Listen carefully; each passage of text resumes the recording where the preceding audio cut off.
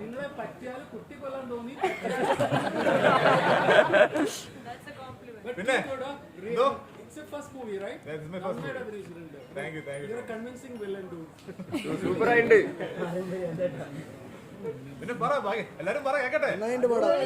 അടിപൊളി. ഭയങ്കര ഇഷ്ടമായി. Thank you.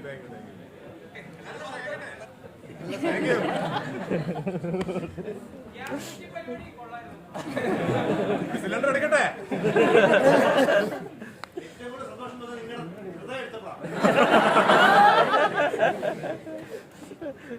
കുറച്ചും കൂടെ വേണമെന്ന് തോന്നിയല്ലേ? ഇങ്ങനെ പോരാ, കുറച്ചുകൂടെ. കേട്ടില്ല ഉറക്കെ പറ.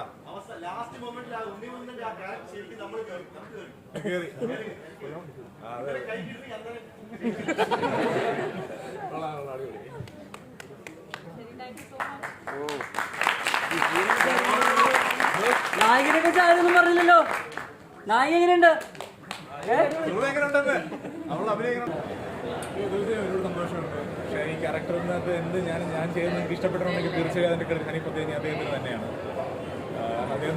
അദ്ദേഹത്തിന്റെ മനസ്സിലുണ്ടായ ക്രിയേറ്റിവിറ്റിയാണ് ഞാൻ നിങ്ങളെ കാണിച്ചിരിക്കുന്നത്. എന്റെ ക്യാരക്ടർ നിങ്ങൾക്ക് ഇഷ്ടപ്പെട്ടിട്ടുണ്ടെങ്കിൽ തീർച്ചയായും അദ്ദേഹത്തിന്റെ വിജയം തന്നെയാണ്.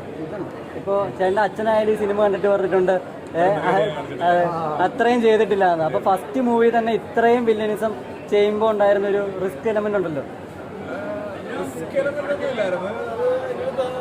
ഹനിപ്പത്തേനി സാർ എൻ്റെ അടുത്ത് ചെയ്യാൻ പറഞ്ഞ് ഞാനത് ചെയ്തു. എന്നെ സംബന്ധിച്ച് ആ ക്യാരക്ടർ നിങ്ങൾ മാക്സിമം വെറുക്കുക. അത്രയൊരു വയലന്റ്, അത്രയൊരു വൃത്തിയുടെ ക്യാരക്ടർ നിങ്ങൾ ആ വെറുക്കുന്ന രീതിയിൽ ചെയ്യുമെന്നുള്ള ഉദ്ദേശം എനിക്കുണ്ടായിരുന്നു. മേ ബി ആദ്യമായിട്ടായിരിക്കും മലയാള സിനിമയിൽ ഒരാളെ ഇങ്ങനെ ഹൃദയം തുറന്ന് കൊന്നിട്ട് പോയതും അതും പോരാ എന്ന് പറയപ്പെടുന്നത്. അപ്പൊ അത്രയ്ക്ക് ഈ ഒരു മുഖം വെച്ചിട്ട് അത്രയും വില്ലത്തരം കാണിക്കാൻ എന്തൊക്കെ ചെയ്യേണ്ടി വന്നു? ഒരു പ്രിപ്പറേഷൻ കഥാപാത്രത്തിൽ ചെയ്യേണ്ടത് തന്നെ ഞാൻ ചെയ്തത്. സ്ക്രിപ്റ്റിൽ എങ്ങനെയായിരുന്നു ആ ക്യാരക്ടർ വിടാതെ ചെയ്യുക എന്ന് ഞാൻ ചെയ്തത്. ഇപ്പൊ എങ്ങനെയാണ് ബാക്കി? ഇപ്പൊ ഫസ്റ്റ് ടൈമാണ് കൊച്ചിയിൽ വന്ന തിയേറ്റർ വിസിറ്റ് ചെയ്തത്. പക്ഷെ അതിന് മുമ്പ് വേറെ തിയേറ്ററുകൾ ചെയ്തു. ഇപ്പൊ ചേച്ചി ഫസ്റ്റ് തിയേറ്റർ വിസിറ്റ് അല്ലേ?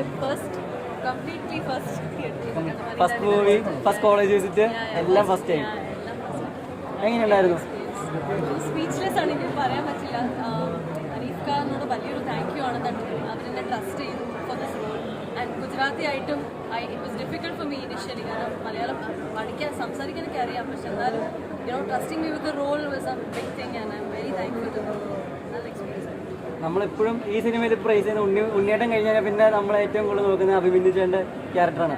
പിന്നെയും ഇതുപോലെ സൂര്യന് കീഴിലുള്ള എല്ലാ നെറുകകളും ചെയ്യുന്ന ഒരു വില്ലനായിട്ട് തന്നെ ആയിരിക്കും കാണുന്നത്. അങ്ങനത്തെ ഒരു ക്യാരക്ടർ കിട്ടിയാൽ നമുക്ക് നോക്കാം. ഞാൻ ചെയ്യണമെന്നില്ല, പക്ഷേ അങ്ങനത്തെ ഐക്കോണിക് ആയിട്ടുള്ള വില്ലൻ ക്യാരക്ടർ ആണെന്നുണ്ടെങ്കിൽ തീർച്ചയായും ഞാനത് ചെയ്യും. ശരി, താങ്ക് യു സോ മച്ച്.